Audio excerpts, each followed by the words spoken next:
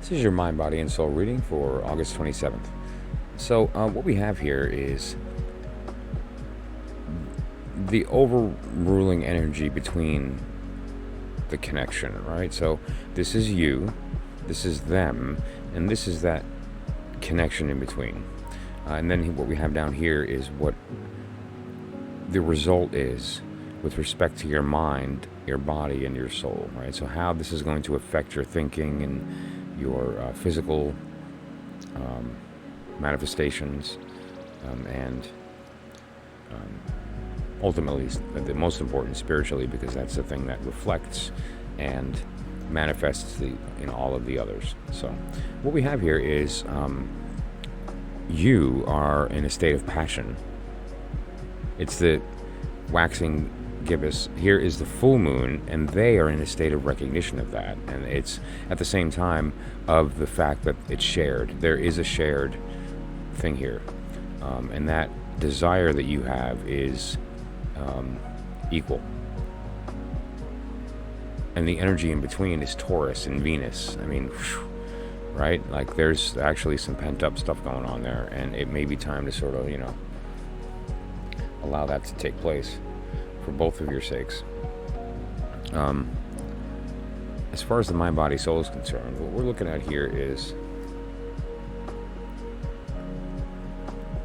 this sort of a bravado, like a false manliness that moves into, rather than quarreling, which is what's currently happening. That's a ruse. It's false. They're like shy and they don't know how to talk to you, and so that's and the way that that's going to evolve is into a very different situation, right? Because what we have here is that it moves into the sun in Capricorn, which is like a recognition that this is silly, it's not working, and if we were to alter this relationship, it would be better for us both, right? There's like a practicality to that decision rather than this fighting that's been happening. And that mental state leads to a bond, right? Now, as far as the body is concerned, this is actually one of the better parts of this particular connection because it's really good. You have this idea of like a hidden drive that is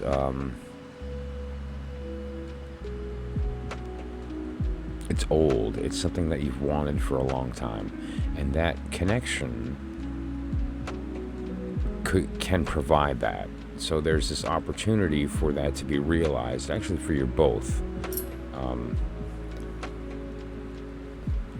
through this connection. Okay, it's just a really great reading. And then as far as the soul is concerned, we're looking at the transition remaining in Libra through the process, right? And so what we start with is Uranus, and what we end with is Mercury, okay? And now Uranus, as you know, is a very sporadic, it's very unpredictable.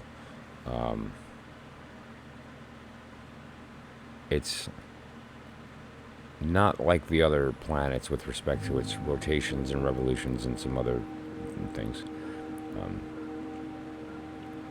But there's an opportunity there, right? Because it's a very important idea that you entertain multiple perspectives. And if you don't do that, then you're limited in your thinking, you're limited in the things that you attract in your life, and ultimately limited in joy and fulfillment, which is obviously the goal. And so the way that you can achieve that is through opening the door. And the way that you open the door is through truth, right?